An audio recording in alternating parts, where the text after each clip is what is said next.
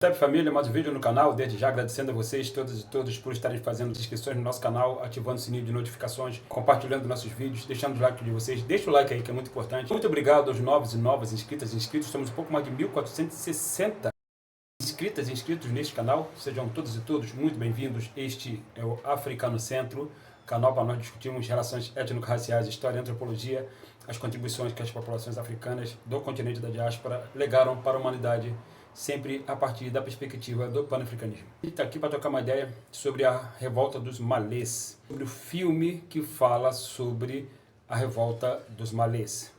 O que acontece? Essa revolta, vocês sabem muito bem, que está muito bem documentada nesta obra, já tivemos a oportunidade de mostrá-la aqui, nesta obra aqui.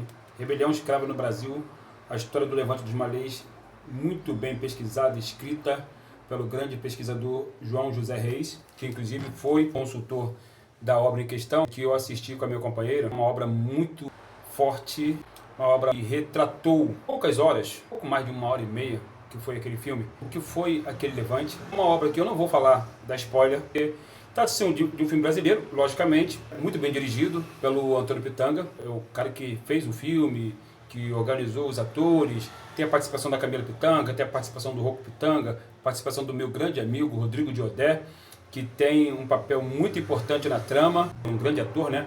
Um brilhante trabalho dele, do Rodrigo Diodé, grande irmão, parabéns aí para você, porque você tirou onda. É um trabalho que mostra, em primeiro lugar, a força da dramaturgia africana.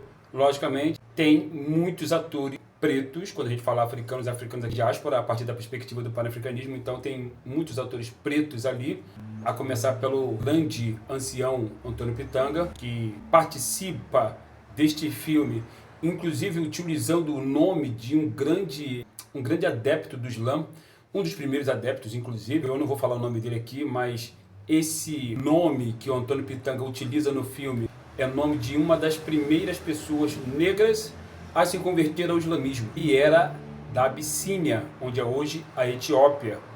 Quem me deu esta informação foi meu grande amigo, irmão, Alhaji Ibrahim Agaye Diallo, do clã dos Diallo, da etnia Fulani, que é do Senegal. Foi ele quem me falou, porque ele é um grande conhecedor das culturas africanas, um grande conhecedor também do Islã, não por acaso ele mesmo muçulmano, o irmão que me apresentou, Sheikh Anta Diop. O Antônio Pitanga, ele faz o papel de um africano muçulmano, como os outros também, logicamente, são, com exceção da Camila Pitanga, e ele utiliza o nome desse grande personagem histórico que realmente existiu lá na Idade Média e que viveu na Etiópia. Além disso, aqui no Brasil, ele adquiriu o nome de um grande também participante do levante dos malês, que se deu em Salvador em 1835, na noite do Ramadã, 24 de janeiro. Esse foi um levante urbano, organização muito bem feita, tramada por africanos em diáspora.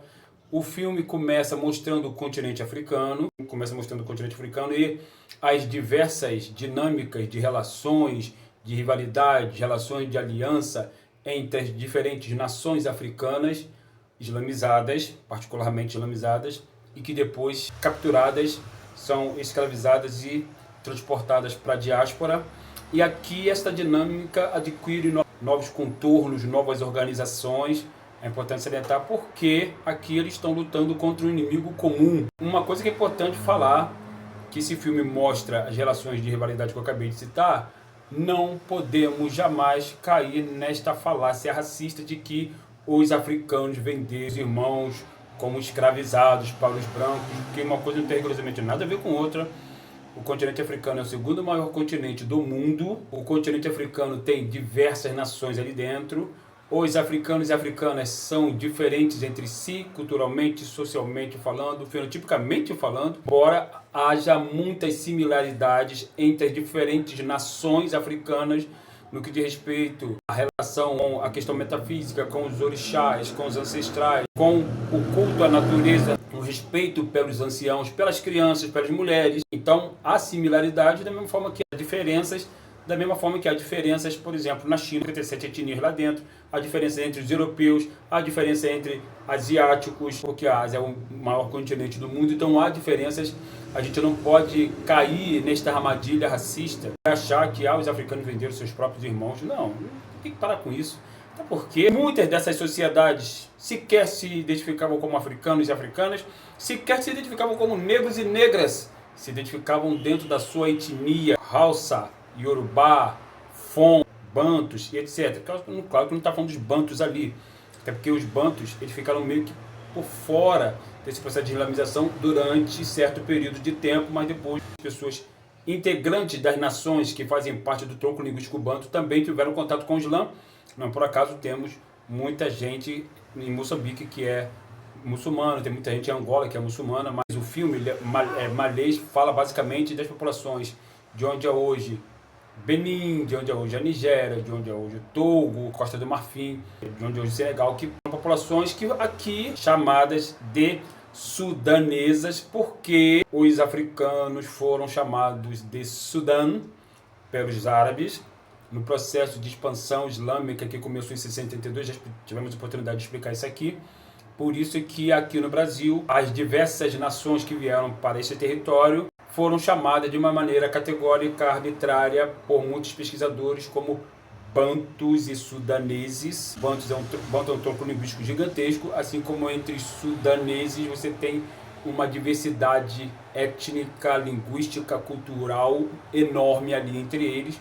Não podemos colocar todos dentro do mesmo balaio de gato de forma nenhuma, senão você incorre num erro grave de análise histórica, antropológica, social, etc. Em linguística também. O filme Levante dos Malês, o filme malês, melhor dizendo, ele fala de tudo isso. Ele fala também da relação entre o Islã, a religião dos ancestrais, porque o Islã ele é uma religião externa ao continente africano, embora tenha muitos adeptos lá.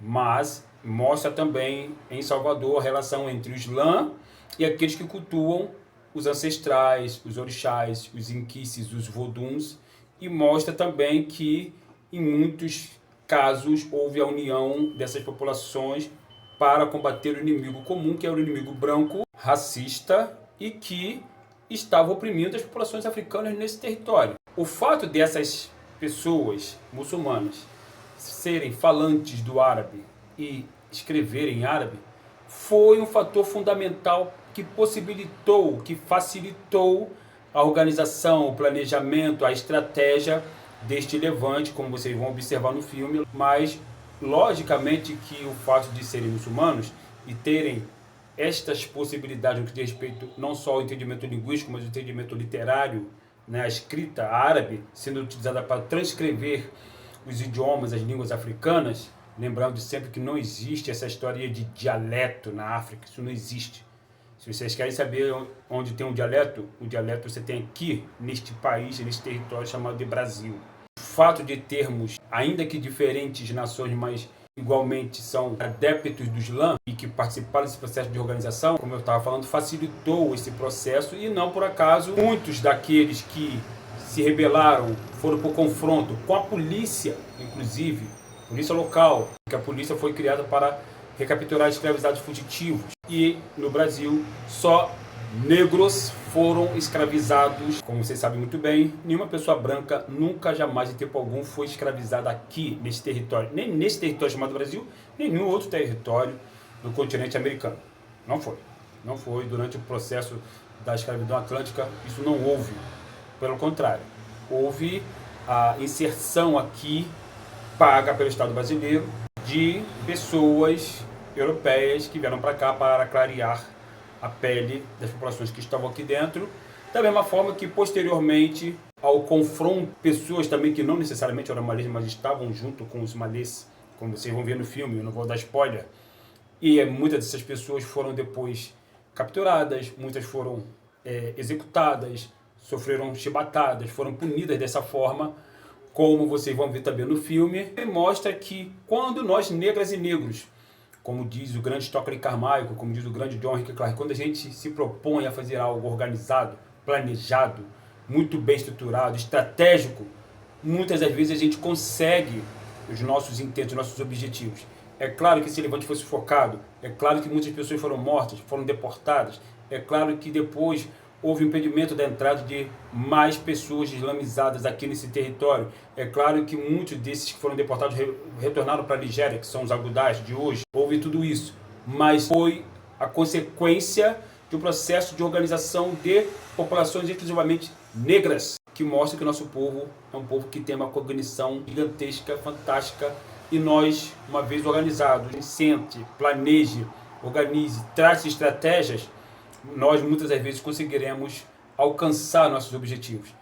O Stockley Carmichael diz que mobilização é importante, mas mais importante que a mobilização, que é temporária, é a organização, que é eterna, e este filme tem muita importância na história do Brasil, porque este filme foi, logicamente, muito baseado nesta obra aqui, que é a obra que eu convido todos vocês a lerem. É uma obra densa, é uma obra longa, eu ainda estou lendo esta obra, mas é uma obra fundamental para nós conhecermos a história recente deste país chamado Brasil, e que muitos de nós, pretas e pretas, por incrível que pareça, desconhecemos a história do Levante, dos Malês, que, como disse o autor, que eu tive a oportunidade de conhecê-lo lá na Flip, né, lá em Paraty, este levante durou apenas 4 horas, mas foi tão intenso, tão forte, tão significativo, tão relevante, que ainda hoje se apresentam documentos falando desse processo histórico que ocorreu aqui no Brasil em 1835.